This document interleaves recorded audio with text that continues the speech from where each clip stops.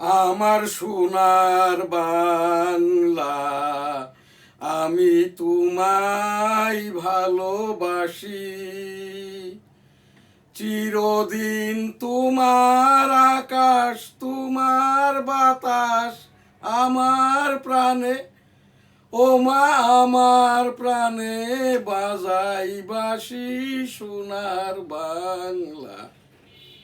ও মা ফাগুনে তোর আমের বনে ঘ্রাণে পাগল করে মরি হাই হাই রে।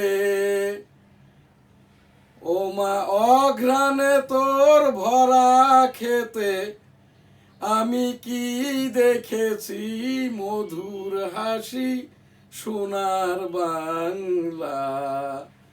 কি শোভা কি ছায়া গো, কি স্নেহ কি মায়া গো, কি আসল বিছায়েছো বটের মূলে নদীর কুলে কুলে। মা তোর মুখের বাণী আমার কানে লাগে সুধার মতো, মরি হাই হাই রে। মা তোর বদন খানি মলিন হলে, ও মা আমি নয়ন জলে ভাসি সোনার বাংলা। আমার সোনার বাংলা, আমি তোমায় ভালোবাসি। জয় বাংলা। আসসালামু আলাইকুম। ভার্চুয়াল এডিটর হাফেজ মাওলানা শাহজালাল গোলদার স্টুডিওর বাহির হতে অনুষ্ঠানটি এডিটিং এবং পরিচালনা করছে। এপ্রিল মাস উপলক্ষে মাসব্যাপী এই যে আমি শাহজাহান আলী গোলদার 1971 সালের রণাঙ্গনের 265 দিনের মুক্তিযোদ্ধা। এইটি আমার এই যে মুক্তিযুদ্ধের সনদ, যে 450টি ল্যান্ড ট্যাঙ্কার ছিল, বনগা বেনাপোল রণাঙ্গন 3.5 কিলোমিটার বেষ্টিত, 400 বাংকার ছিল। 7 ডিসেম্বর যশোর ক্যান্টনমেন্ট সহ যশোর জেলাটা স্বাধীন হয়। আমি আর সেই 8 নম্বর সেক্টরের 7টি সেক্টর কমান্ডার ছিল। আমার সরাসরি সেক্টর কমান্ডার ছিলেন মেজর মঞ্জুর রহমান, যিনি চট্টগ্রামে 1981 সালে জিয়াউর রহমান সাহেব যখন কিল হন, সেই মামলার আসামি সেই মেজর মঞ্জু জিয়াউর রহমান হত্যা মামলাটি এখনও নিষ্পত্তি হয়নি। একাধিকবারের প্রধানমন্ত্রী বেগম খালেদা জিয়াকে নিয়ে আমি আমার এই এনএসটিভি থেকে 10টি অনুষ্ঠান করেছি। এই যে তৎকালীন বৈষম্য সরকারের পুঙ্খানুপুঙ্খ নিয়ে 5 আগস্ট যখন আর কি বাংলাদেশ সরকারের এই যে প্লেনে করে আর কি শেখ হাসিনাকে ওই যে গণভবন, যেটা এখন তো গ্রাউন্ড জিরো, জুলাই যোদ্ধা জাদুঘর করেছে, এগুলো সবই অবৈধ। আর তারই প্রমাণ এই যে স্পিকার শিরিন শারমিন চৌধুরী এবং রাষ্ট্রপতি শাহাবুদ্দিন সাহেবকে তাদের পদচ্যুত বা মেরে না ফেলা। আমি 2023 সালে এই যে এখন যিনি রাষ্ট্রপতি শাহাবুদ্দিন সাহেব আর আমি 18 কোটি জনগণের পক্ষে প্রার্থী হয়েছিলাম। তৎকালীন নির্বাচন কমিশন, বৈষম্য নির্বাচন কমিশন আমাকে এই নির্বাচনটাই অংশগ্রহণ, রাষ্ট্রপতি পদে নির্বাচনে অংশগ্রহণ করতে দেয় নাই 2023 সালের এপ্রিল মাসে। সেই শাহাবুদ্দিন এখন যিনি রাষ্ট্রপতি, আমার থেকে 2টি অযোগ্যতা এনার বেশি, গণপূর্তের চোর এবং ইনি মুক্তিযোদ্ধা নন। তারপরেও এই যে উনি মুক্তিযোদ্ধা যখন কেউ বলেন এনজয়টা করেন। ইনি রাষ্ট্রপতি তো দূরের কথা, জেলা পরিষদ চেয়ারম্যান হওয়ারও যোগ্য নন। কারণ উনি জেলা জজ হিসাবে রিটায়ার্ড করেন। এরপরে আর কি ট্রুথ কমিশনের মেম্বার ছিলেন। আমি 1971 সালে রণাঙ্গনের একজন বীর মুক্তিযোদ্ধা। আমি ইতিমধ্যে আর কি 1977 সালে জিয়াউর রহমান সাহেবের হানা ভোটের পুলিং এজেন্ট ছিলাম। এরপরে তো এই দেশের যতগুলো নির্বাচন, সরকার ব্যবস্থা, এই যে তত্ত্বাবধায়ক, অন্তর্বর্তীকালীন, হানা ভোট, এই 13তম অর্থাৎ 2026 সালের 12ই ফেব্রুয়ারির নির্বাচনে আমি এই যে স্বতন্ত্র হিসেবে টেবিল প্রতীক নিয়ে যশোর 1 ন্যাশনাল কনস্টিটিউয়েন্সি 85 শার্শা বেনাপোল হতে অংশগ্রহণ করি। স্বতন্ত্র আওয়ামী লীগ তকমা দিয়ে আমাকে নির্বাচনটা করতে দেয়নি। আমার আপিল ফাইল নম্বর 1370।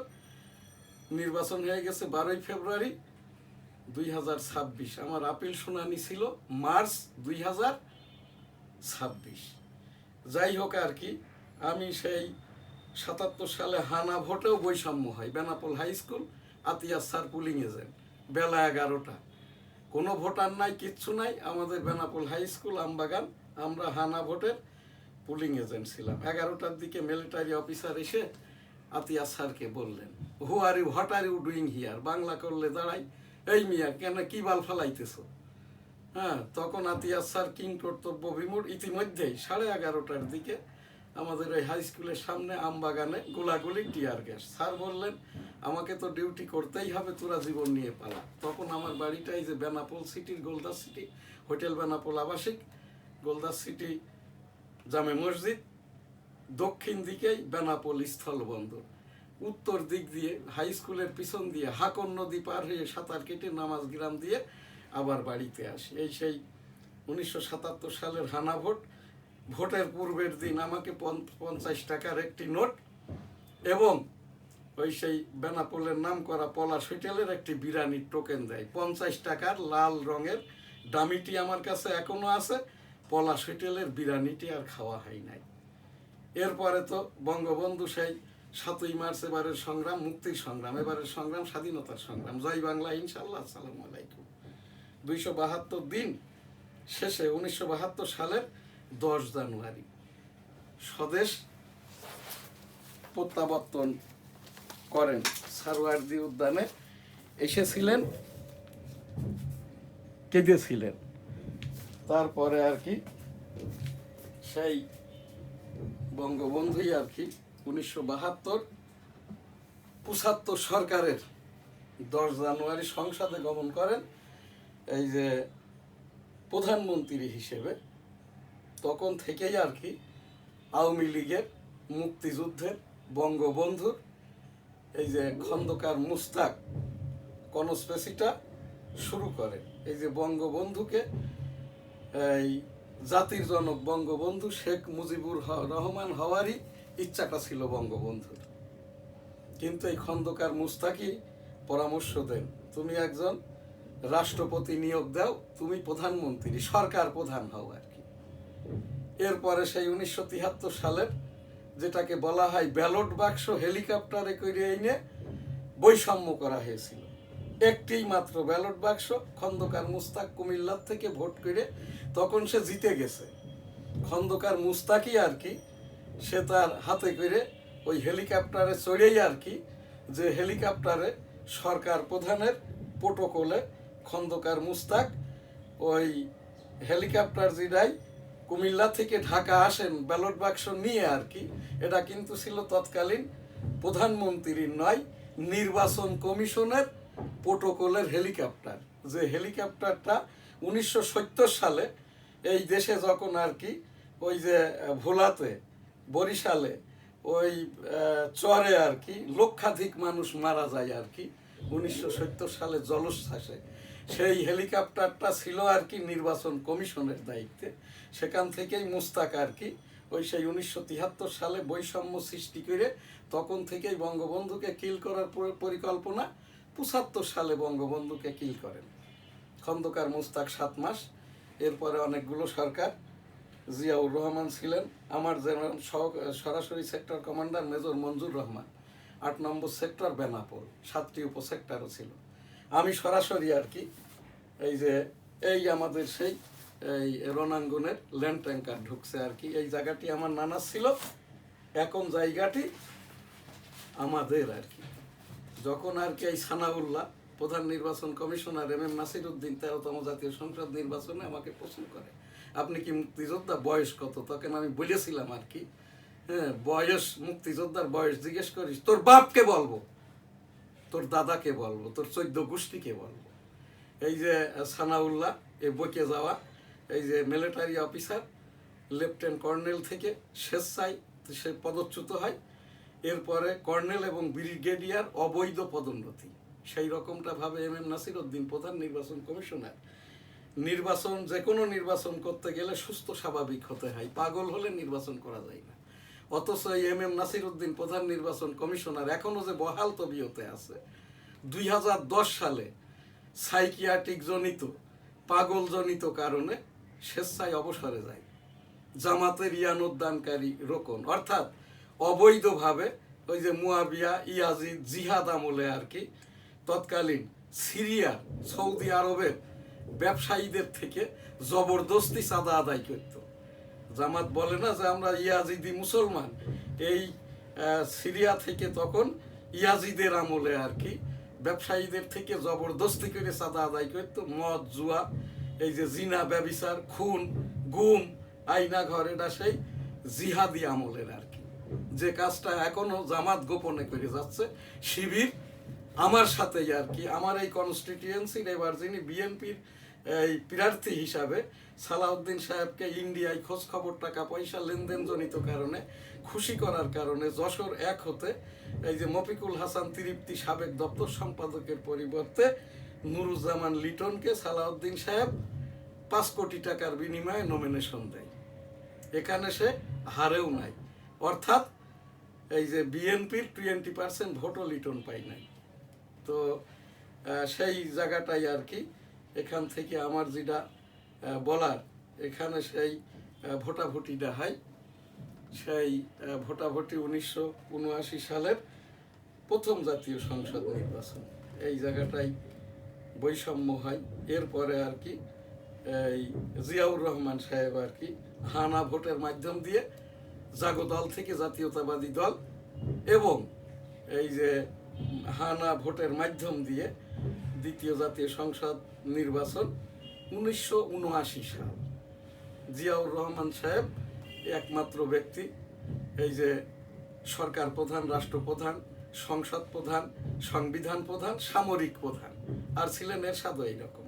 1981 সালে ক্যাজুয়াল হওয়ার প্রয়োজন নাই। তারেক রহমান সাহেব, আপনি আমার প্রধানমন্ত্রী, আমি একজন মুক্তিযোদ্ধা হিসাবে অনুরোধ করছি, আপনি পোশাক আশাকে, চলন বলনে, ইসলামিক মূল্যবোধে, রাষ্ট্র পরিচালনায় আপনি এক্সিকিউটিভ হিসেবে মন্ত্রীদের, এমপিদের, সরকারি কর্মকর্তা কর্মচারীদের আর কি শুধু পরিচালনা, অর্থাৎ প্রধানমন্ত্রীর কাজটাই করেন।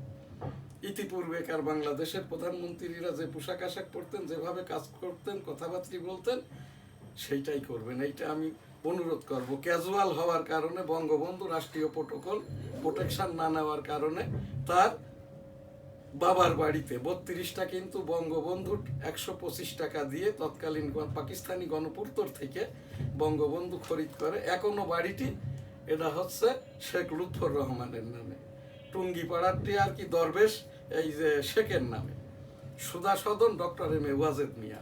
গণভবন আমাদের, যে কারণে যেদিন গণভবন ভাঙচুর হয় আমি ওই দিন আর কি ওই একটি তৎকালীন প্রধান বিচারপতি বরাবর অভিযোগ সহ অ্যানেক্সার করে রেখেছি।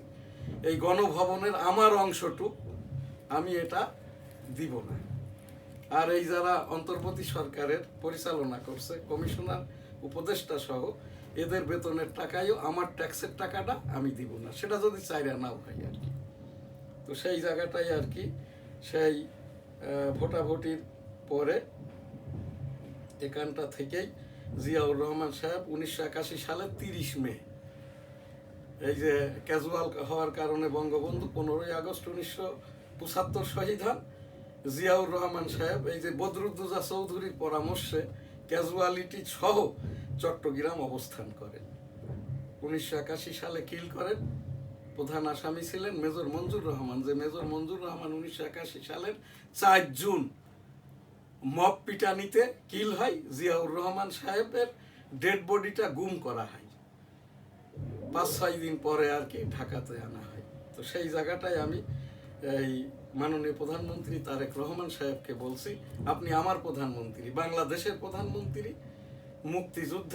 মুক্তিযোদ্ধা সেক্টর কমান্ডার, সাবেক রাষ্ট্রপতি মাননীয় জিয়াউর রহমান সাহেবের পুত্র, একাধিকবারের প্রধানমন্ত্রী মাননীয় খালেদা জিয়ার পুত্র, যে বেগম খালেদা জিয়ার জন্য আমি 57টি দোয়া করেছি 2017 সাল থেকে মৃত্যু পর্যন্ত।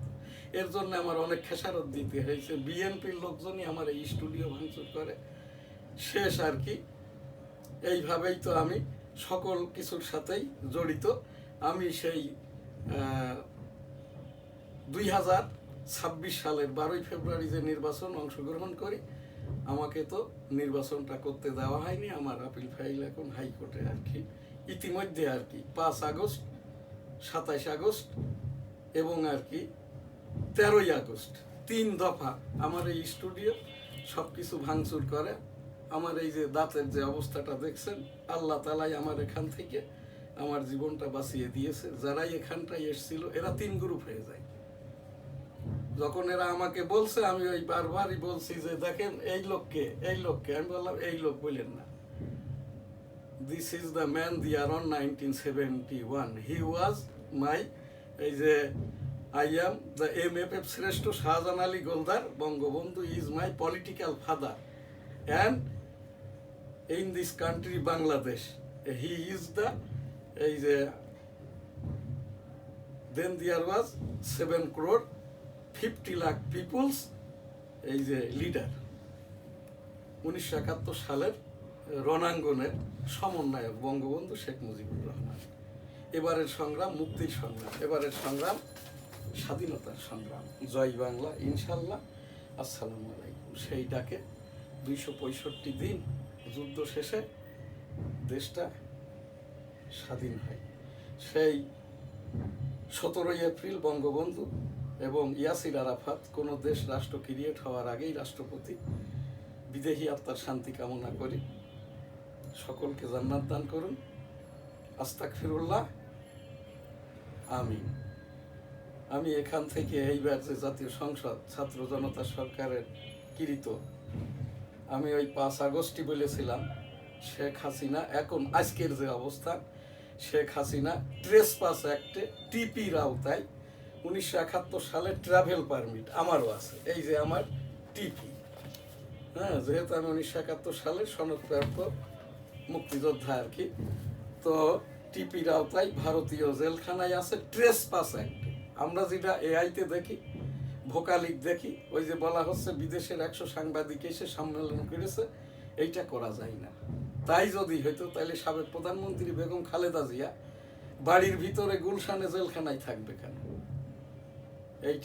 এইগুলো সবই গুজব, মিথ্যাচার। রিফাইন্ড বলে কোনো আওয়ামী লীগ হয় না। আমি সেই 5 আগস্ট থেকে, তারও আগের থেকে 3 আগস্ট আমি মাননীয় প্রধানমন্ত্রী শেখ হাসিনাকে বলেছিলাম, 18ই তো কোটা মেনে নিয়েছেন, বাদ করে দিয়েছেন, আপনি এই ঢাকা মেডিকেলের ছাত্রদেরকে দেখতে যান।